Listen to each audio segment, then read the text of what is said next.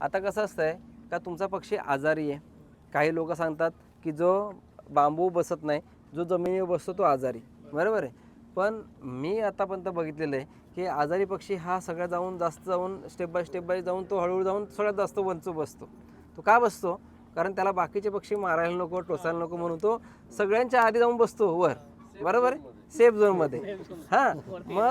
मग अशा वेळेस काय असतं की एखादा पक्षी आजारी आहे किंवा सर्दी आहे का काय, मग अशा वेळेस आपण काय करायचं, शेडमध्ये जायचं, लाईट बंद करायची, लाईट बंद केल्यानंतर तिथे शांत उभं राहायचं.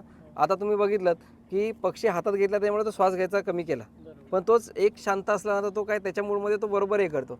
तसंच आतमध्ये गेल्यानंतर शांत राहायचं, व्यवस्थित शांत राहिलं की आपल्याला कुठे शिंका येते काय येते त्या लगेच समजतं. जिथे शिंका आली तिथे जाऊन उभं राहायचं आणि तोच पक्षी पकडायचा. त्याचं वजन कमी झालेलं दिसतं, पोट्यामध्ये कमी खाल्लेलं दिसतं, अशा गोष्टी बघून आपण त्याला आयडेंटिफाय करू शकतो.